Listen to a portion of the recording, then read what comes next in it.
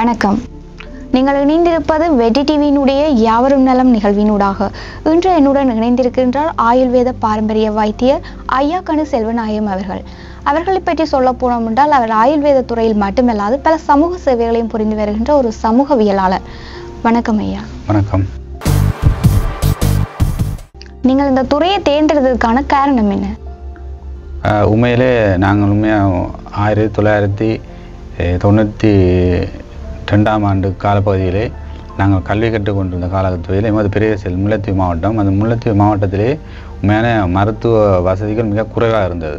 அந்த காரணத்தினாலே அங்கே ஆங்கில மருந்து மேலோங்கி இருந்தாலும் இங்கே தற்போது எமது ஆயுர்வேத மருத்துவம் அங்கே முற்றாக குறையப்பட்டிருந்தது. ஆய காரணத்தினால் நாங்கள் ஒரு ஆயுர்வேத பாரம்பரியத்தை உண்டு பண்ணினால் இந்த ஆயுர்வேத மருந்தாலே பல நோய்களை குணப்படுத்தலாம், பல சேவைகளை செய்யக்கூடியமாக இருந்தது. அது மட்டுமின்றி இயற்கையாக சில மூலிகை அங்கே பெறப்படுகின்றது வன்னி மாவட்டத்திலே. ஆகையினாலே இந்த ஆயுர்வேத வைத்தியத்தை நான் தேர்ந்தெடுத்த காரணம் எமது பாரம்பரியம், எமதுடைய பரம்பரை வைத்திய தொழில் அகன்று அதாவது முற்றாக இல்லாமல் போகக்கூடாதுக்காகவே இந்த தொழிலை நான் எடுத்துள்ளேன். இந்த சேவை, உங்களோட சேவை காலம் எவ்வளவு காலமாக இந்த சேவையில் இருந்து வர்றீங்க? நான் 1993ஆம் ஆண்டிலிருந்து இன்று வரைக்கும் செய்து கொண்டேன். இன்றைக்கு 31 வருடங்களாக நினைக்கிறேன். இப்போ 2024 என்றால் 31 வருட காலமாக இந்த சேவையை நான் என்னுடைய சேவை என்று என்னுடைய உடல் உயிர் அத்தனையும் நான் இந்த தொழிலுக்காக நான் ஆத்ம பணிகின்றேன் தொழிலுக்காக. ஓகே, நீங்கள் ஆயுர்வேத டாக்டர் என்றபடியே இந்த ஆயுர்வேத சம்மந்தமாக தான் உங்கள்கிட்ட நாங்கள் நிறைய கேள்விகளை கேட்க இருக்கிறோம். அதில் முதலாவது கேள்வியாக வந்து இந்த ஆயுர்வேதம் என்றால் என்னன்னு கேட்குறோம். ஆயுள் என்றால் ஆயுள் என்பது மனிதனுடைய ஆயுள் காலங்கள், ஆயுள் சக வேதம், வேதம் என்றது மனிதனுடைய நோய். அதாவது ஆயுள் என்றது நீண்ட நாட்களாக நாங்கள் உயிர் வாழ்வதற்கு இந்த ஆயுர்வேத மருத்துவம் என்ன செய்தோம் என்றால் அந்த ஆயுர்வேத மருத்துக்களாலே நாங்கள் கொஞ்சம் எமது உடம்பில் உள்ள அனைத்து பாகங்கள் சரியாக செயல்பட்டு அந்த நோய் என்றது ஒரு பிணியை குறிக்கிறது ஆயுர்வேத முறையின்படி. அதனால் அந்த ஆயுள் சக வேதம், வேதம் என்ற நோய், ஆயுள் என்ன உடலில் உள்ள ஆயுள், அந்த ஆயுளை கூட்டுவதற்காகவே இந்த ஆயுர்வேதம் என்று கூறப்படுகிறது. எந்தெந்த வியாதிகளுக்கு வந்து இந்த ஆயுர்வேத முறையை நீங்கள் பயன்படுத்துகிறீங்க? நாங்கள் பொதுவாக எல்லா வியாதிகளுக்கும் மக்கள் வருவார்கள். குழந்தை பிள்ளைகளுக்கான அந்த கிரந்தி சம்பந்தப்பட்டு வருவார்கள், மற்றது தோல் நோய்கள் வருவார்கள். ஆனால் அதிகமாக வருவதற்கு காரணம் வாதம், தற்போது இருக்கிற வாதம் பிரச்சனை இருக்குது தானே, வாதம் வாயும், அதற்காக அதிகமாக மக்கள் நாடி வருவார்கள். வாதத்துக்கு நீங்கள் என்ன மாதிரி சிகிச்சை முறையை மேற்கொண்டு வர்றீங்க? வாதத்துக்கு நாங்கள் அதிகமாக உள்மருந்து வெளிமருந்து, அதாவது இந்த வாதத்துக்குரிய மருந்து உள்மருந்து குடிநீர் இருக்கிறது, மற்ற குடிக்கிறதுக்கு பஸ்பம் தூள்கள் உள்ளன, குடிக்கிறதுக்கு குளிசை உள்ளன, குடிப்பதற்கு அரிஷ்டங்கள் உள்ளன. அதே போல் ஒத்தனம் கொடுப்பதற்காக வெளி மருந்தும் பூச்சி மருந்து, ஒத்தன மருந்துகள் இருக்கிறது. அதை நாங்கள் பயன்படுத்துவோம். அந்த மருந்துன்ற விளக்கத்தை நான் அடுத்த கேள்வியை சொல்லிக்கிறேன். அந்த மருந்தின் விளக்கம் அந்த வாதத்துக்கான மருந்தை எப்படி செய்யலாம் என்றதனை இந்த விசேடமாக அதை குறித்து நான் அந்த நிகழ்வு இறுதியை சொல்லிக்கிறேன். அந்த குறிப்பை ஆயுர்வேதம் மருந்தால பக்க விளைவு எதுவும் ஏற்படுமா? ஆயுர்வேத மருந்தில் பக்க விளைவு என்று சொல்ல இயலாது. ஆனால் எதையுமே நாங்கள் அளவுக்கு மீறினா அமிர்தமும் நஞ்சாகிறதுக்கு வாய்ப்பு உண்டு. வைத்தியமாக நாங்கள் கூறியதை அளவோடு மருந்து சாப்பிட்டால் எந்த பக்க விளையும் ஆயுர்வேத மருந்து எந்த பக்க விளைவு ஆகிறதுக்கு சந்தர்ப்பம் இல்லை. இருந்த போதும் வைத்தியமாக நாங்கள் சரியான முறையில் நாங்கள் உட்கொள்ள சொல்லாத பட்சத்தில் அது எப்படி சின்ன ஒரு பக்க விளைவை காட்டு தான் செய்யும். அது என்ன மாதிரியான பக்க விளைவு ஏற்பட்டிருக்கு, அதுக்கான என்ன தீர்வை நீங்கள் வழங்கி இருக்கிறீங்க? பக்க விளைவுன்னு சொன்னால் இவர் மருந்து அதிகமாக உட்கொள்ள காரணத்தினால இந்த வயிறு எரிச்சல் ஒன்று வரும், சிலருக்கு வயிறு பொறுமை வரும். ஆகையினால மருந்தை சட்டு 2 நாளுக்கு 3 நாட்கள் நிப்பாட்டி அதுக்குரிய மாற்று மருந்துகள் இருக்கிறது. அந்த மாற்று மருந்துங்க நான் கொடுத்தால் அவருக்குரிய அந்த சாதாரண மாதிரி அவர் உடனே வரும். ஆனால் அதால் எந்த ஒரு பாரதூரமான செயல் ஏற்படாது. சிலருக்குரிய அந்த சிலருக்கிற வாய்ப்பு நாங்கள் 100 பேர் ட்ரீட்மெண்ட் செய்தால் ஒரு ஆளுக்கு வர்றது வாய்ப்பு இருக்கிறது. 100ல் 1% தான் சொல்றீங்க? 100% சொல்லணும். ஓகே, அப்படி வந்து ஒரு நோயாளிக்கு நீங்க என்ன மாதிரி சிகிச்சையை கொடுத்தீங்க, அதுக்கான தீர்வா என்ன வழங்கினீங்க? இது நல்ல ஒரு கேள்வி. என்னென்னா இப்போ நாங்கள் சில மருந்துகள் கொடுக்கும் பொழுது திருகடி பெருகடின்னு சொல்கிறது, காய் 3 பேர் எடுத்து சாப்பிட சொல்கிறது, 4 பேர் எடுக்க சொல்கிறது, மற்றது கொடுக்குற அனுமானங்கள் இருக்குது. சில மருந்துங்க நாங்கள் இஞ்சி சாட்டிலும் மற்றது இஞ்சி சாறு அல்லது முருங்கப்பட்டை சாறு அல்லது தேசி புளியை கொடுக்க சொல்லுவோம். அந்த தேசி புளியில் சில கொடுத்தா சில மருந்துகள் தேசி அசிட் இருக்கிறபடியாக சிலருக்கு அந்த வயிறு இருக்கிற தன்மைகள் இருக்கிறது. அதுதான் சில பக்க விளைவாகுமே தவிர. அப்போ அதுக்கு நாங்கள் என்ன செய்யணும், அடுத்த அனுமானத்தை நாங்கள் மாற்றுவாங்க. அடுத்த அனுமானம்னா தேங்காய் பாலோடையோ அல்லது சீனியோடையோ அல்லது மெல்லிய சுடு தண்ணியை குடிக்க சொல்லி அந்த அந்த இதை சொன்னோம்னா அந்த பக்க விலை ஒரு 3 நாளில் முற்றாக மாறப்படுகிறது. வெப்ப சூழ்நிலையில நீங்க உங்கள்கிட்ட நிறைய பல்வேறு வகையான நோய் இருக்கும். அந்த காலத்துல தான் நிறைய நோய் வரக்கூடிய வாய்ப்புகள் இருக்கு. அதுக்காக நீங்க ஆயுர்வேதத்தை பயன்படுத்தி என்ன மருத்துவ வசதி கொடுப்பீங்க? இது ஆயுர்வேத வெப்ப காலத்தில் உண்மையாகவே எல்லாருக்கும் பொதுவாக எல்லாருக்கும் சளி வாரது, காய்ச்சல் வாரது, வயிற்றோட்டம் வாரது, சத்தி வாரது. அதுக்கு உண்மையாகவே எல்லாத்துக்குமே முக்கியம் உணவு பழக்க வழக்கம் தான் முக்கியம். இப்போ நாங்கள் அது மட்டுமின்றி நாங்கள் இப்போ ஒரு ஆயுர்வேத வைத்திய முறையை நாங்கள் செய்ய வலிக்கிறோம்னு சொன்னால் அவருக்கு அந்த நோய் என்ன, அந்த நேரத்தில் என்ன நோய், உதாரணத்துக்கு இந்த வெப்ப காலநிலையில் வயிற்றடி வர என்ன அவர் உரைப்புகள் கூடுதல் சாப்பிட்டால் உண்மையாகவே கட்டாயமாக வயிற்றடி அவருக்கு டைரியா போகிறதுக்கு வாய்ப்பு இருக்குது. இவர் சரியாக தண்ணி குடிக்காட்டி இவருக்கு மயக்கம் வர வாய்ப்புகள் இருக்கிறது. அதனால் அந்த நோய் எந்த நோய் அந்த நோயை நாங்கள் இனம் கண்டு அதுக்குரிய சிகிச்சை நாங்கள் செய்வோம். உதாரணத்துக்கு நாங்கள் ஒருத்தர் உண்மையாக அடிக்கடி தலை சுற்றி வருது, இந்த வெப்ப காலநிலைன்னு சொன்னால் நாங்கள் அவரை பார்ப்போம். நாங்கள் பார்த்து அவருடைய நாடி துடிப்பையும் பார்த்து அவருக்கு கட்டாயம் அவருக்கு நீர் சத்து குறைஞ்சிருந்தால் கட்டாயம் நீங்கள் நீரை பருகுங்கள். உதாரணத்துக்கு ஒரு நாளைக்கு நாங்கள் 4 தொடக்கம் 5 நீர் பெருகியாக பருகலாம். சிறியவர்களுக்கு நாங்கள் அவரின் வெயிட்டை பொறுத்த மட்டும் நாங்கள் ஒரு 60 மில்லி ஒரு நாளைக்கு ஒரு 5-6 வயசு பிள்ளைன்னா 60 மில்லி நீர் குடிக்கலாம். இப்போ இந்த வெயில் காலத்துல கூடுதலா சரும நோய்கள் வருது. சருமத்துல தான் கூடுதலான பிரச்சனைகள் வரக்கூடிய வாய்ப்பு இருக்குது. அப்படியான வர்ற ஒரு நோயாளிக்கு நீங்க என்ன மாதிரி சிகிச்சை கொடுக்குறீங்க? சருமம் என்றால் அவர்களுக்கு அந்த தோல் உரிகிற மாதிரி, தோல் வெளுத்த பசு, அவர்களுக்கும் கட்டாயம் நாங்கள் செய்ய வேண்டிய வேலை. அவருக்கு நாங்கள் குளியல் முறை ஒன்று தான். அவர்கள் ஒரு நாளைக்கு 3 முறை என்றாலும் மேல் கழுவி கொள்ளணும். மற்றது மேலுக்கு நல்லெண்ணெய் பூசிக்கொள்ளலாம். மற்றது நொங்கு இருக்குதானே, நொங்கு வெட்டி பூசிக்கொள்ளலாம். உடம்பாவே குளிர்ச்சியாக வச்சுக்கொள்ளணும். அதாவது தோல் நோய் வாரதுக்கு காரணமே தோல்கள் காய்ஞ்சி போகிறதுபடியாக தான். அதனால் நாங்கள் தோல்கள் நாங்கள் எப்பயும் குளிர்ச்சியாகவும் பசுமையாக வச்சுருந்தா தோல் நோய் வர்றதுக்கு குறைவாக இருக்கும். மற்றது மூலிகைகள் இருக்குது. சில மூலிகைகளும் அரைச்சி மேலுக்கு பூசலாம். அது மூலிகை பூசுறபடியாக இப்போ உதாரணத்து பாருங்க, அந்த துளசி செடி நாங்கள் வீட்டு முன்னுக்கு வளர்க்குறோம். ஆனால் வீட்டு முன்னுக்கு நாங்கள் வளர்த்து விடுறோமே தவிர அந்த துளசியில் ஒரு இலையை கூட மக்கள் சாப்பிட்ற குறைவு. அந்த துளசி இலையை சாப்பிடுவதாலும் அந்த துளசி இலையை அரைச்சி மேலே பூசுவதாலும் உண்மையாகவே தோல் நோய்களும் இல்லாமல் போகுது, வயிற்றுள்ள நிறைய வருத்தங்களும் இல்லாமல் போகுது. அதனால் தயவு செய்து இந்த துளசி இலையை மக்கள் பயன்படுத்த வேணும்னு இந்த நேரத்தில் கூறிக்கொள்ள விரும்புகிறேன். நீங்க இப்ப துளசின்னு சொல்றீங்க தானே, இந்த துளசியிலேயும் நிறைய வகை இருக்குன்னு கேள்விப்பட்டிருக்கிறோம். அப்படியானதுல எந்தெந்த துளசி என்னென்னத்துக்காண்டி நாங்க பயன்படுத்துறோம்? நாங்க பெரும்பாலும் கருந்துளசின்னு சொல்றது, அதான் வீட்டுக்கு வைக்கிறது. அந்த துளசியை தான் மற்ற துளசியும் பாவிக்கலாம். ஆனா கருந்துளசியெல்லாம் அதிகமான மருத்துவ குணம் இருக்குது. அதனால் அந்த துளசி என்று சொல்லி அதையும் சொல்லியிருக்கணும்.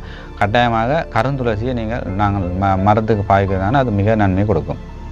அந்த கருந்துளசி என்னென்ன நோய்க்காண்டி பயன்படுத்தலாம்? அந்த கருந்துளசி என்ற நல்ல ஒரு கேள்வி கேட்குறேன் அந்த பிள்ளை. அந்த கருந்துளசி என்றது உண்மையாகவே இந்த சிலருக்கு வாய் துர்நாற்றம் மாறுறது. வாய் துர்நாற்றத்துக்கெல்லாம் அந்த கருந்துளசி காலம் நீங்கள் தண்ணியில் போட்டு வச்சு குடிச்சிங்கன்ற 5 இலையை சாப்பிட்டு குடிக்கலாம். இல்லை தண்ணியில் போட்டு வச்சு நீங்கள் காலம் டீ குடிக்கலாம், அதை குடிக்கலாம். அந்த கருந்துளசி நல்லா இடித்து தலைக்கு பூசிங்கன்னா பேன் இல்லாமல் போகும். கருந்துளசி சாப்பிட்டிங்கன்னா வயிற்றுல பூச்சி இல்லாமல் போகும். அந்த கருந்துளசி மேலுக்கு பூசினபடியாக தோல் நோய்களும் அகன்று போகும். இந்த கருந்துளசியை பயன்படுத்தி நிறைய இதுகளை நாங்க தடுக்கலாம். டாக்டர் சொன்ன மாதிரி நிறைய சொல்லியிருக்கிறார், கருந்துளசியில இவ்வளவு பயன் இருக்குண்டு. இந்த பயன்களை நீங்களும் பயன்படுத்தி கொள்ளணும். அடுத்த கேள்வி என்னண்டா டாக்டர், இப்ப கொரோனா வந்தது தானே, இந்த கொரோனா டைம் எல்லாருமே இந்த ஆயுர்வேதத்தை தான் நாடி இருக்கீங்க. என்ன காரணத்துக்காண்டி இந்த கொரோனா டைம் எல்லாரும் ஆயுர்வேதத்தை நாடி இருக்கீங்க? நல்ல ஒரு கேள்வி. அந்த கேள்வி இந்த காணொலி முக்கியமாக உண்மையாக இந்த கேள்வி நல்ல ஒரு கேள்வி. அந்த காலம் ஆதி காலத்தில் தெரியும் உங்களுக்கு, நாங்கள் வீட்டில் ஒரு நல்லதோ ஒரு கெட்டோ நடந்தால் வேப்பமிலையை நாங்கள் முன்னு கட்டுறதும், மஞ்சள் தண்ணி தெளிக்கிறதும், தேசிகை வச்சு முழுகிறதும், மற்றது ரசங்கள் வச்சு குடிக்கிறது. அந்த ரசத்தில் நாங்கள் பெருங்காயம் அதிகம் யூஸ் பண்ணுறது.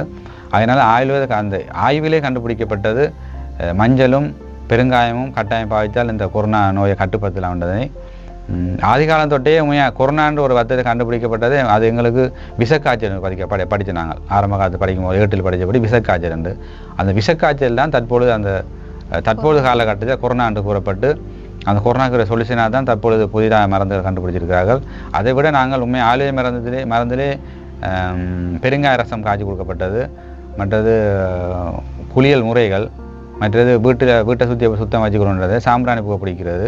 இயற்கையாகவே உண்மையாகவே சில நிறையாக்கள் அந்த கொரோனா வருத்தத்தை தங்களோட முயற்சியாலே சில கொரோனா நோயிலிருந்து கொரோனாவை அகற்றி உள்ளார் நமது மக்கள் அனைவரும். இந்த கொரோனா காலத்துல வந்து கூடுதலா எல்லாருமே தேடின ஒன்று வந்து இந்த இஞ்சி, பெருங்காயம், மஞ்சள், இதைத்தானே டாக்டர் தேடி? அதிகமாக தான் தேடினார்கள். அந்த காலத்துல அது கொஞ்ச காலத்துல அது தட்டுப்பாடாவே இருந்தது. உண்மையாக. அடுத்த கேள்வி உங்கள்கிட்ட கேட்க இருக்கிறோம் என்னன்னா, அந்த தற்காலத்துல வந்து அதிகமா ஏற்படுகின்ற தொற்று நோய், அந்த நோய் காரணி என்ன, அதுக்கான உங்களோட ஆயுர்வேத தீர்வு என்ன? தற்காலத்தில் ஏற்பட தொற்று நோய் உண்மையாகவே தொற்றா நோய் தொற்று நோய் ஒன்று இருக்கிறது. தொற்று நோயிலும் உண்மையாக தொட்டப்படுகிற தற்காலிக சாதனை இப்போ அதாவது மேல ஒரு புண்ணு அது கடிகள் வர்றது தானே, அந்த கடிகள் செல்லுக்கு தொற்று நோய் வந்துடும். அதை சோப் ஆகிக்கிறபடியா, அந்த டுவாய் ஆகிக்கிறபடியா. இன்னொன்று, நாங்கள் இப்போ இந்த ஒரு காய்ச்சல் உள்ளவரோ அல்லது ஒரு சளி உள்ளவர் நேரடியாக காணும் பொழுது அது பக்கத்து இருந்து காய்ச்சாலும் தும்மினாலும் அது டக்கான தொத்துக்கொள்ளும். அது ஆகையினால அந்த இடைவெளிகளை நான் பார்க்க சொல்கிறது, தங்களுடைய முகக்கவசம் அணிந்து சொல்கிறது. மற்றது நாங்கள் இனி எப்படியுமே நாங்கள் ஒரு வேலைக்கு இங்கே போனாலும் வந்தாலும் கைகளை அலம்பி நல்லா சுத்தம் செய்து உணவுகளை தண்ணியை குடிப்பது மிக மிக அவசியமானது. தொற்று நோயை குறைப்பதற்கு உண்மையாக நாங்கள் பெரிய ரிஸ்க் எடுக்கணும்னு தேவையில்லை. சாதாரண நாங்கள் சுத்தமாக இருந்தாலே தொற்று நோய்க்கு இல்லாமல் போகும். ஆகையினால நாங்கள் தொற்று நோய் கொரோனாவிலேருந்தே நாங்கள் பெரிய யுத்தம் செஞ்சு ஜெயிச்சு வந்துட்டோம். அதனால் தொற்று நோய்க்கு நாங்கள் ஆனால் கட்டாயம் நாங்கள் தொற்று நோய் கவனம் இருக்கணும். பிள்ளைகளுக்கு நோய் பெற கவனம் இருக்கணும். எதுவுமே நாங்கள் இந்த டுவா என்னாலும் சோப்பு என்னாலும் நாங்கள் குடிக்கிற தண்ணிகள் நீர் இருந்தாலும் நாங்கள் தனித்தனியை வைத்துக்கொண்டு பாய்வது மிகவும் அவசியம், மிகவும் நல்ல விஷயமாகும். உங்களிடம் வந்து சர்க்கரை நோய் வியாதியாக்கள் வந்திருக்கீங்கம்மா? என்னிடம் சர்க்கரை வியாதியாக்களும் சிகிச்சை பெற்றிருக்கிறார்கள். அவர்களுக்கான தீர்வா நீங்க என்ன கொடுத்துருக்கிறீங்க? அவர்களுக்கான தீர்வா நாங்கள் முக்கியமாக அவருடைய நாங்கள் ஆரம்ப காலத்திலே நாங்கள் சில விடயங்களை தான் பறித்து நாங்கள் சர்க்கரையை நாங்கள் பார்ப்போம். தற்பொழுது டிஜிட்டல் முறை வந்திருக்கிறபடியே அவருடைய சர்க்கரை நாங்கள் கணிக்கிறது எவ்வளோ இருக்கிறன்றதை பார்த்துட்டு அவருக்கு நாங்கள் முதலாவது உணவு கட்டுப்பாடு சொல்லுவோம். நாங்கள் கட்டாயம் உணவு கட்டுப்பாடு சொல்லுவோம். உணவு கட்டுப்பாடு தான் முக்கியம். உணவே மருந்து. எங்களோட ஆயுர்வேதத்தில் உணவே மருந்து. அதையும் காட்டிலும் எங்களிடம் குளிசைகள் உள்ளன, மற்ற சூர்ணங்கள் உள்ளன, பல அரிஷ்டங்கள் உள்ளன. அதை கொடுத்து அவர்கள் நாங்கள் சர்க்கரை வியாதி முழுமையாக இல்லாமல் பண்ணலாம், ஒரு கட்டுப்பாடு கொண்டு வரலாம். சர்க்கரை வியாதி முழுமையாக இல்லாமப்படுத்தினால் பொய்யான தகவல் என்னுடைய கருத்து. ஆனால் ஒரு கட்டுப்பாட்டுக்கு அந்த சர்க்கரை வியாதி கொண்டு வரலாம். எல்லாருக்குமே வந்து உடல் நலத்துல ஒரு கவனம் இருக்கும் இல்லையா? கட்டாயம். அதுக்காக வேண்டி இந்த ஆயுர்வேதத்துல வந்து நீங்க சொல்லக்கூடிய ஒரு குறிப்பு முறை. முதல்ல ஏற்கனவே குறிப்பை சொல்லிட்டேன். கட்டாயமாக நாங்கள் ஒவ்வொரு சனிக்கிழமையும், இதாவது அந்த கால சித்தர்கள் எழுதி வச்சது, ஒவ்வொரு சனிக்கிழமையும் நல்லெண்ணெய் தேய்த்து முழுக வேணும். நல்லெண்ணெய் தேய்த்து வெந்நீர், அதாவது சுடுநீரில் வெந்நீரில் முழுக வேணும். அப்படி வெந்நீர் முழுகும் பட்சத்தில் எங்கள் உடம்புல அனைத்து 4448 வியாதிகளும் நமக்கு அந்த இடத்தை விட்டு உண்மையாக அந்த நரம்புகள் சரியான செயல்படும். அது மட்டுமின்றி அந்த நேரத்தில் கண் பார்வை பிரச்சனை இல்லாதாக்களுக்கு அந்த குளியல் முறையாக கண் பார்வைகளும் நல்லா இருக்கும். மற்ற உணவு பழக்க வழக்கங்கள் நாங்கள் மாதம் ஒரு முறை என்றாலும் கட்டாயம் வயிறு சுத்தப்பட பேதி குடித்து ஆக வேணும். அது மட்டுமின்றி வயலுள்ள பூச்சிகளுக்காக நாங்கள் மாதம் ஒரு முறை சில மூலிகைகள் இருக்கிறது, அந்த மூலிகைகளை அவிச்சு குடிக்கலாம், சில மருத்துவம் சாப்பிடலாம். அப்படி செய்த மூலமாக உண்மையாக உடல் நல்ல ஆரோக்கியத்தை பெறும். உடலில் இந்த நல்லெண்ணெய் பூச்சி குளிப்பும் காரணத்தினால அந்த உடலுக்கு தோல் நோய்கள், அந்த சிலருக்கு அந்த தோல்கள் சுருங்கி அப்படி வரும் தானே, அப்படியான இதுகள் முற்றாக இல்லாமல் போகிறதுக்கு வாய்ப்புகள் இருக்குது. வைத்தியர் வந்து இந்த வாதத்துக்காண்டி ஒரு நல்ல ஒரு சிகிச்சை முறையை எங்களுக்காக சொல்ல இருக்கிறார். முடியுமான அளவு வந்து நீங்க அவங்களுக்கான சிகிச்சையை கொடுக்குறீங்க. முடியாத ஒரு கட்டத்துல தான் வந்து ஆங்கில வைத்தியரை நாடுங்கன்ற ஒரு குறிப்புக்கு வர்றீங்க. முடியும் என்றபடியா நாங்கள் நோயாளி நாங்கள் தொடர்றோம். நோய் எதிர்ப்பு சக்தியை தர ஆயுர்வேத முறைப்படி நீங்க பரிந்துரைக்கக்கூடிய ஒரு ஆயுர்வேத பொருட்கள். இயற்கை உணவுடைய சக்தி தான். ஆயுர்வேத மருந்துக்கும் இந்த ஆங்கில மருந்துக்கும் என்ன வித்தியாசம் இருக்கு?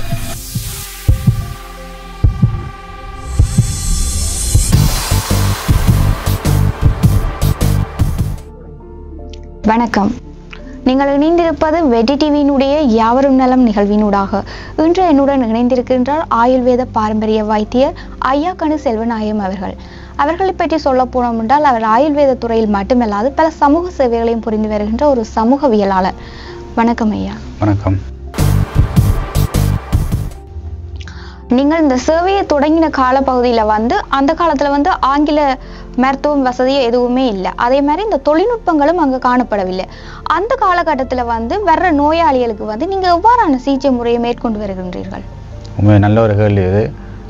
உண்மையிலே நாங்கள் பாரம்பரிய வைத்தியனா நாடியை பிடித்து பார்த்தா அவர்களுக்கு நோயை கண்டு அதன் பிறகு இந்த மருத்துவம் இல்லைன்னு நாங்கள் கூறுவோம். உதாரணத்துக்கு உண்மையாக அதிகமாக தலையடி காரணம் வரன்னு சொன்னால் அதனால் நாடியை பிடிச்சி பார்ப்போம். அந்த பித்த நாடி எந்த வேலை செய்யணும்னு பார்ப்போம். இந்த பித்தம் கூடி வாதம் பித்தம் சிலக்குமே 3 இருக்குது நாடிகளில். தச நாடிகள் 10 நாடிகளில் நாங்கள் பிரதானமான 3 நாடியை தான் நாங்கள் அதில் தான் சிகிச்சை செய்கிறது.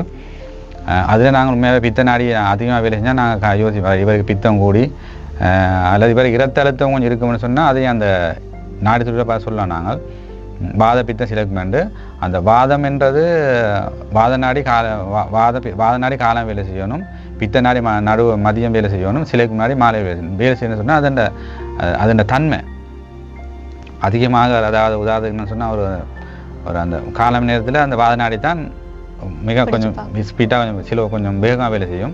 மத்தியானத்தில் பித்த நாடி கொஞ்சம் ஸ்பீடாக வேகமாக வேலை செய்யும். பின்னேரத்தில் சிலைக்கு முன்னாடி கொஞ்சம் வேகமாக செய்யும். அப்போ அந்த நேரத்தில் நாடி துடிப்புகள் கொஞ்சம் தடுமாறி சொன்னால் அந்த நேரம் நோயை நான் நிர்ணயிக்கிறேன். இவருக்கு இந்த வருத்தம் இருக்குது, இவரைக்கும் தலையடி வருது, இவர் இரத்த அழுத்த தலையடி வருதா, அல்லது இவருக்கு தூக்கம் இன்மையாக தலை வருதா, அல்லது இவருடைய நடைமுறை இருக்குது, உணவு பழக்க வழக்கம் இருக்குது. சிலாக்கள் உண்மையாகவே தற்போது காலப்பகுதியில் எண்ணெய் வச்சு முழுகிறதே இல்லை. கிழமைக்கு ஒருக்கா நாங்கள் நல்லெண்ணெய் வச்சு முன்னாலும் எங்களுக்கு நோய் அற்று போகுது. அதனால் கட்டாயமாக நாங்கள் கிழமைக்கு ஒருக்கா நல்லெண்ணெய் வச்சு முழுகிறதே உடம்புக்கு நல்ல ஒரு முறையும் அதோட குளியல் முறையும் இருக்குது. நாங்கள் அப்படி நோய் குறைபடுது. இப்போ மாறா தலையடிகளுக்கு நாங்கள் எண்ணெய் ஒன்று காய்ச்சி கொடுக்குறோம். நாங்கள் எண்ணெய் காய்ச்சி கொடுத்து அவைக்கு குளியல் முறை ஒன்று இருக்குது. 11 மணிக்கு முன்னுக்கு நாங்கள் குளிக்க சொல்கிற நாங்கள் கிணத்து வாளியை, அதாவது கிணத்துல 3 முறையாக நீர் இருக்குது. ஒன்று மேலுக்குள்ள நல்ல சுடுநீர், நடுவில் சாதாரண குளிர்ச்சி நீர், நல்ல அடியில் போகிறது குளிர் நீர்.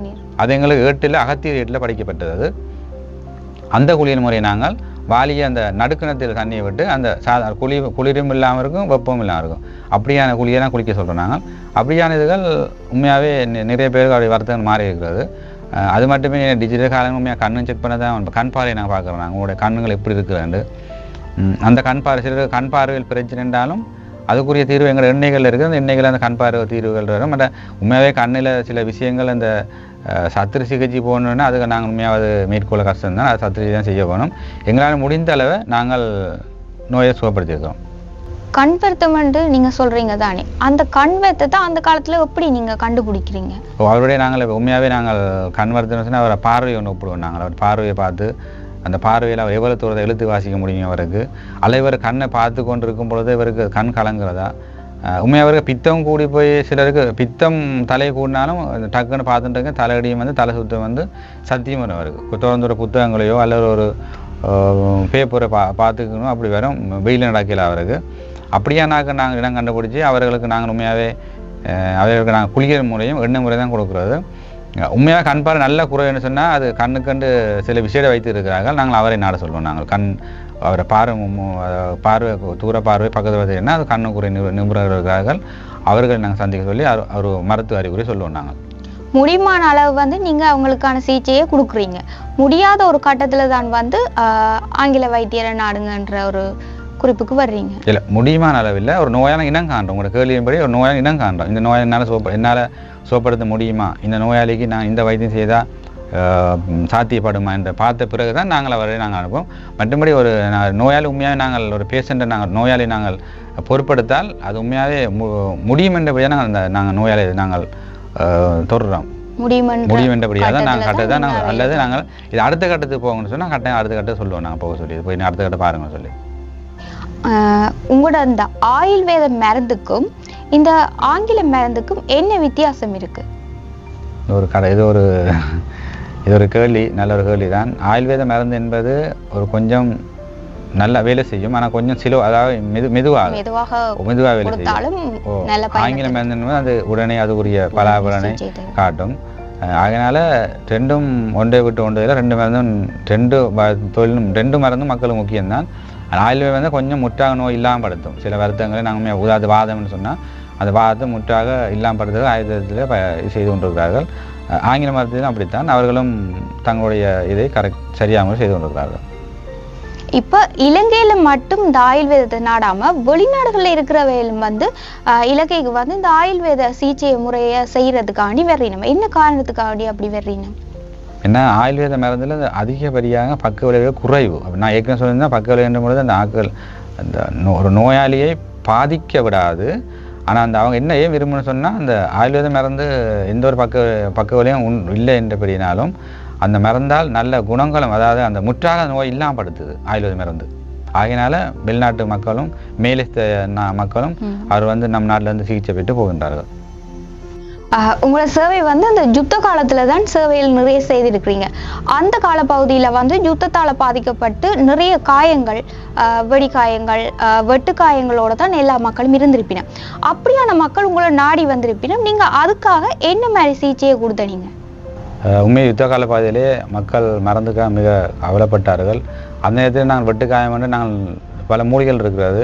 அந்த மூலிகைகளை வச்சு நாங்கள் மூலிகை சாறுகள் மற்றும் மூலிகை இடித்து வச்சு கட்டுவதால் அந்த நோய்கள், வெட்டுக்காய நோய்கள் குணமாக இருக்குது. அது மட்டும் அதுக்கு ஒரு எண்ணெயும் காய்ச்சி வச்சுருந்தாங்க. அதுக்கு புண்ணுக்கென்று எண்ணெய் ஒன்று இருக்குது. அந்த எண்ணெய் வச்சு தான் கட்டுறது. எண்ணெய் வச்சு கட்டி அவைய கையிலும் கொடுத்துருவோம். நாங்கள் இதை கொண்டு நீங்கள் தொடர்ந்து கட்டுங்க, துப்புரை செய்து. அது துப்புரை செய்யணுன்னா நாங்கள் புண்ணை துப்புரை ஆக்குவது எப்படின்னு சொன்னால், நாங்கள் பப்பா பழம் இருக்குது தானே, பப்பா தோலில் பப்பா பழத்தை வச்சு கட்ட சொல்லுவோம். ஒரு நாளைக்கு 1 நாளை கட்டி போட்டு இதையும் வச்சு கட்டுவோம். புண்ணு அங்கே சுகப்பு நல்லா துப்புராகி விடும். அடுத்தது நாங்கள் ஒரு எண்ணெயும் அந்த மூலிகை சாரையும் வச்சு கட்டும் பொழுது புண் மாறி விடும். இப்படி நாங்கள் யுத்த கால பகுதியிலேயோ இப்போ இங்கே இங்கே இந்த ஏரியா பகுதி அதை நாங்கள் குறிப்பிட்ட காலம் செய்து நாங்கள் அதையும் தற்போது நாங்கள் அதை செய்து கொண்டாண்டுருக்கிறோம். அதை நீங்க சொன்ன மாதிரி இந்த பப்பா பழத்தை தோலை நீங்க சிகிச்சை முறையா மேற்கொண்டிருப்பீங்க. அது என்ன காரணத்துக்காண்டி நீங்க அப்படி செய்திருக்கீங்க? உண்மையில பப்பால் இந்த பாலில் வர அந்த சதைய பப்பாண்ட பால் இருக்குது, பாலில் அந்த கிருமியை இல்லாமன்ற சக்தி ஒன்று இருக்குது. அதுக்காக காரணம். மற்ற பப்பா தோலை கட்டுவதன் காரணம், பப்பா காயோ பப்பா தோலை வச்சு காட்டுற காரணமாக மிக விரைவாக சதையும் வளரும். சதை கலங்கள்ன்றது இறந்த கலங்களுக்கு அந்த பப்பாவின் பாலும் அந்த அதுக்குள்ள அது பப்பா தோல் மரத்துக்கும் அந்த மரத்தும் மிக விரைவாக புண்ணை மாற்றும். அது புண்ணை அந்த சதையை வளர பண்ணு புண்ணை மேல் பக்கம் புண்ணை மிக விரைவாக அந்த புண்ணை மாற்ற பண்ணும். அந்த ஒரு காரணத்துக்காண்டி நீங்க பப்பா தோல் பயன்படுத்தி இருக்கிறீங்க. நல்ல ஒரு விஷயம். அப்படியான காயங்களுக்கு நீங்க என்ன வகையான மூலிகைகளை பயன்படுத்தி இருக்கிறீங்க? மூலிகை மட்டும் இல்லை, சரக்குகளும் செய்கிற மாதிரி இருக்குது. நாங்கள் வெட்டோட்டின்ற ஒரு மூலிகை இருக்குது. மற்றது நாங்கள் நீங்கள் சொன்ன கருந்துளசி இருக்குது தானே, அந்த கருந்துளசி நாங்கள் சேர்த்துக்கொள்றது. அதோட மருந்து கடைகளில் சில ஔடதங்கள் இருக்குது. அந்த ஔடதங்கள் நேரடியாக போடக்கூடாது. அதை வாங்கி சுத்திகரித்து தான் விஷம் நீக்கி தான் அதை நாங்கள் சேர்த்துக்கொள்ளணும். விரும்பினால் அதை நான் எப்படி செய்கிறேன்றதை நான் நேரடியாக அந்த இன்னொரு வீடியோ நேரடியாக நாங்கள் செய்து காட்டுறது எப்படி செய்கிறேன்றது. உங்களது மூலிகைகள் பெருங்காயத்துக்கும் சிறுகாயத்துக்கும் நிவாரணம் தருமா? நிச்சயமாக. அதான் நாங்கள் முக்கியமாக நாங்கள் புண்ணை துப்புரை செய்யறது பப்பா காய் யூஸ் பண்ணுறோம். அது எந்த பெரிய காயம் இருந்தாலும் சரி, மிக விரைவாக நாங்கள் கட்ட மருந்தில் மிக விரைவாக கிருமி தாக்கம் இல்லாமல் அந்த புண் சுகமாகும். எந்த மாற்றமும் இல்லை. சின்ன புண்ணா இருந்தாலும் பெரிய புண்ணா இருந்தாலும் இரண்டும் சுகமாகும். நோய் எதிர்ப்பு சக்தியை தர ஆயுர்வேத முறைப்படி நீங்க பரிந்துரைக்கக்கூடிய ஒரு ஆயுர்வேத பொருட்கள்? நோய் எதிர்ப்பு சக்திக்குரிய சக்தியை தரக்கூடிய அது நாங்கள் இப்போ சாதாரணமாக சக்தி தரக்கூடியது உண்மையாகவே இயற்கை உணவுன்றே சக்தி தான். ஆனால் அதில் நோய் எதிர்ப்பு சக்தி தரக்கூடியது உண்மையாகவே இயற்கை உணவு தான். இயற்கை உணவில் நாங்கள் தானிய வகைகள் சாப்பிடலாம். மற்றது பெரும்பாலும் தானிய வகைகள் எல்லா சக்தியும் இருக்குது. அது தானிய வகைகள் நாங்கள் என்னென்ன விட்டமின் தேவையோ என்னென்ன கேலரிகள் தேவையோ அதெல்லாம் தானிய வகைகள் அடங்கி இருக்குது. தானிய வகைகள் சாப்பிடலாம். அதை விட நாங்கள் சொன்னது போல் நாங்கள் அந்த நோயை தடுக்கிறதுக்கு நாங்கள் மஞ்சள் பெருங்காயம் வீட்டை சுற்றி நாங்கள் தேசி மஞ்சள் தண்ணி தெளிக்கிறது, சாணம் தண்ணி தெளிக்கிறது, அது இல்லாமல் பண்ணலாம். இதய நோய் இருக்கு தானே, இதய நோய் கொஞ்சம் பாரதூரமான ஒரு நோய். அதுக்கு நீங்க ஆயுர்வேத முறைப்படி ஏதாவது நல்ல ஒரு பயனுள்ள தகவல் சொல்ல? இது இதய நோய்ன்றது சிலருக்கு உண்மையாகவே ஹார்ட் அட்டாக்னு சொல்லுகிறார்கள். அதுவும் ஒரு நாங்கள் நம்மளோட ஆயுர்வேத முறைப்படி அதை பார்க்க போனால் அது நாங்கள் வாயுன்னு சொல்கிறது. அது வாயு போய் தான் அந்த இரத்தங்கள் போகிற இடங்களை ஒன்று அடைச்சி அந்த காற்று அடைச்சா பிறகு அந்த இரத்தம் ஓடப்படாத காரணம் தான் அங்கே ஹார்ட் அட்டாக் வர்றது என்று ஆயுர்வேத முறை கூறுகிறோம்.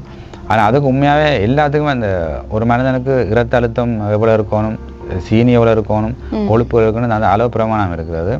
அந்த அளவு பிரமாணம் சரியாக வச்சுருந்தாலே இவருக்கு இரத்த அழுத்தம் வராது. முக்கியமாக என்ன உண்மையாகவே உடல் பயிற்சி முக்கியம்.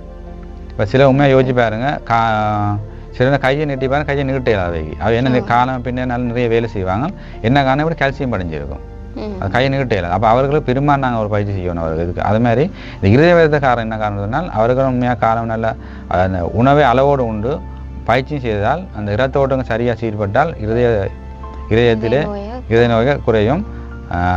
மற்றபடி எண்ணெய் சாப்பிடும் உண்மையாகவே அந்த கொழுப்பு போய் இதயத்தை அடைக்கிறதான் காரணம். அதனால் அவர்கள் அந்த கொழுப்பு எண்மைத்தன்மை சாப்பாடு கொஞ்சம் குறைத்தால். ஆனால் உண்மை ஆயுதத்தில் பத்திய சாப்பாடு இருக்குது, பத்தியம் இருக்குது, பத்தியம் இருக்குது.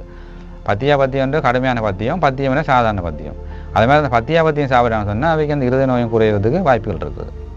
பத்தியம்னா நாங்கள் அதிகமாக அதை உப்பு புளி எண்ணெயை சேர்க்காம கடும் பத்தியம் சாப்பிட்றது, 45 நாள் 21 நாள் அப்படி சாப்பிட்றது கடும் பத்தியம். அது பிறகு அதை குறைச்சி நாங்கள் நார்மலாக உப்பு புளி எண்ணெயை சேர்த்து நார்மலாக சாப்பிட சொல்கிறது. வைத்தியர் இந்த வாதத்துக்காண்டி ஒரு நல்ல ஒரு சிகிச்சை முறையை எங்களுக்காக சொல்ல இருக்கிறார். அதை பற்றி நாங்கள் இப்பொழுது கேட்போம். சொல்லுங்க. அவங்க எல்லாருக்கும் தெரியும் இந்த முடக்கத்தான். சரி, முடக்கத்தான் சொன்னா முடக்கு வாதத்தை இல்லாமன்றது, முடக்கு அறுத்தான்னு சொல்றது இந்தியாவிலே. நாங்கள் இலங்கையிலே முடக்கத்தான் சொல்றது, சிங்களத்திலே அதுக்கு வெல் பேனல்னு சொல்றது. இந்த முடக்கத்தான் உண்மையான எல்லா இடத்தையும் காணவிகள். ஆனால் உண்மையான முடக்கத்தாண்ட மருத்துவ குணம் நான் நினைக்கிறேன் எல்லாருக்கும் தெரியாதுண்டு. அந்த முடக்கத்தானே நாங்கள் உட்கொள்ளும் காரணத்தினால நாங்கள் இருக்கிற வாதம் எந்த வாதங்கள் இருந்தாலும் சரி அந்த வாதம் அனைத்து வாதமும் ஓடி போகும். முடக்கத்தானே நாங்கள் வறுத்து சாப்பிடலாம், முடக்கத்தானே நாங்கள் கஞ்சி வச்சு குடிக்கலாம், முடக்கத்தானே நாங்கள் பச்சை சம்பல் போட்டு சாப்பிடலாம். சிறு குழந்தை முதல் பெரிய ஆக்கள் வரை முடக்கத்தான் பயம் இல்லாமல் சாப்பிடலாம். எந்த ஒரு பக்க விளையும் முடக்கத்தான் இல்லை. காரணம் என்னவென்றால் அந்த வாதம் உள்ளவர்கள் கட்டாயமாக முடக்கத்தானே தினமும் சாப்பிடுங்கள்.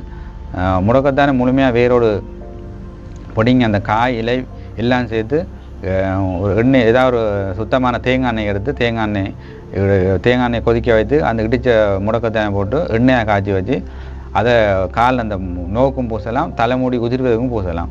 முடக்கத்தானே இடித்து தலைக்கு பூச ஊடாக முடி உதிர்வதை முடி வளர்ப்பதை நாங்கள் ஏற்றுக்கொள்ளலாம், முடி உதிர்வை தடுத்து கொள்ளலாம், முடி வளர்வதை நாங்கள் ஏற்படுத்தி கொள்ளலாம். முடக்கத்தான் உண்மையாகவே 100% மருத்துவ குணம் கொண்டது. முடக்கத்தானே எல்லோரும் சாப்பிடுங்கள், ஆரோக்கியமாக இருங்கள். இந்த முடக்கத்தினால முடி வளர்றதுக்கான சாத்தியக்கூறும் இருக்குன்றீங்களா? நிச்சயமாக இருக்குது. அதை நீங்கள் தொடர்ந்து செய்து பார்த்தீங்கன்னா உங்களுக்கு தெரியும். அதே மாதிரி முடி கொட்டுறதையும் அந்த முடக்கத்தான குறைக்கலாம். வைத்தியர் கூறிய மாதிரி இந்த முடக்கத்தானில் நிறைய பயன் இருக்குது. இந்த பயன் நிறைய பேருக்கு தெரியாமல் இருக்கும். எனக்கு கூட தெரியவே தெரியாது. டாக்டர் சொன்னபடியே எனக்கும் இண்டையிலேருந்து நானும் அதை பயன்படுத்துகிறதா இருக்கிறேன். அது உங்களுக்கும் அது நல்ல ஒரு பயனுள்ளதாக இருக்கும் என கூறிக்கொண்டு இந்நிகழ்ச்சியிலிருந்து நாங்கள் விடைபெற்று செல்கின்றோம். இன்னொரு நிகழ்ச்சியின் ஊடாக இந்த வைத்தியருடன் சந்திக்கும் வரை உங்களிடமிருந்து விடைபெறும் நான் லக்ஷிகா ரவிச்சந்திரன். நன்றி டாக்டர்.